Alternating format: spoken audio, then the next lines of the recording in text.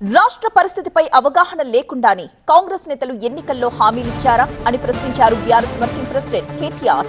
అప్పుడు ఇష్టం వచ్చినట్లుగా హామీలిచ్చి ఇప్పుడు అప్పుల సాకుతో తప్పించుకోవడం ఏంటంటూ ప్రశ్నించారు.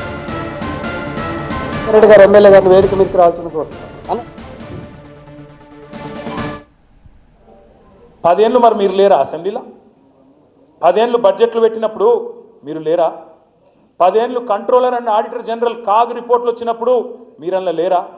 ఇంకొకటి నాకు తెలియక అడుగుతా, లగ్గం పెట్టుకునే ముందు చూస్తారా, లగ్గం అయిపోయినాక చెప్తారా? ఎవడన్నా లగ్గం పెట్టుకునే ముందు చూస్తారు కదా, ఆడ ఏమున్నది పరిస్థితి, అవతల అత్తగారింటికి పిల్లనిస్తున్నాం, కొత్తింటికి వాళ్ళు ఉన్నోళ్ళ లేనోళ్ళ, ఏం సంగతి, ఏమున్నది ఏం లేదు చూసుకుంటామా లేదా? దీన్ని చూసుకొని చేస్తాం. మరి నువ్వు హామీలు ఇచ్చేనాడు, ఈ అభయహస్తం అని మేనిఫెస్టో ఇచ్చేనాడు, ఆ రోజు సోయి లేదా? ఒక్క ఏడాదిలోనే రేవంత్ సర్కార్ 1,40,000 కోట్ల అప్పు చేసిందన్నారు కేటీఆర్.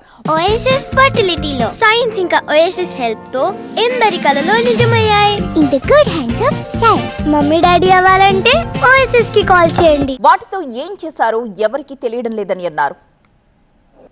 1,40,000 కోట్లు కేసీఆర్ ప్రభుత్వం సంవత్సరానికి 40,000 కోట్లు అప్పు చేస్తే, ఒక్క సంవత్సరంలో రేవంత్ రెడ్డి ప్రభుత్వం చేసిన అప్పు 1,40,000 కోట్లు.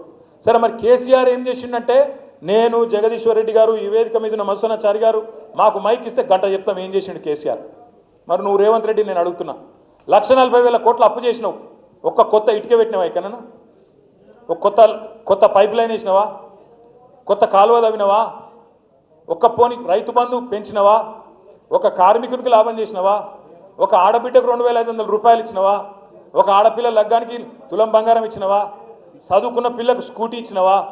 మరి ఏం బీకినావు 1 ఇయర్లో? ప్రభుత్వంపై పోరాటం విషయంలో ఎవరు కేసులకు భయపడొద్దన్నారు కేటీఆర్. ఎన్ని ఎక్కువ కేసులు పెడితే అంత పెద్ద నాయకుడు అవుతారని అన్నారు. కొత్త వాళ్ళను, గట్టిగా ఉన్న వాళ్ళను, కొట్లాడే పోరాట పటిమ ఉన్న వాళ్ళను, అంటే కేసులు పెట్టిండు పీసులు పెట్టిండు అంటే భయపెట్టేవాళ్ళు అయితే వద్దు. భయపెట్టేవాళ్ళు ఇంట్లో ఉండుర్రి. కొట్లాడేటోళ్ళు, రేవంత్ రెడ్డికి సుక్కలు చూపెట్టేటోళ్ళు ఎవరైతే ఉంటారో వాళ్ళు రావాలి, ముంగట నిలబడాలి. కేసులకు భయపడదు. కేసులకు భయపడితే మనమేం నాయకులు నాకు అర్థం కాదు.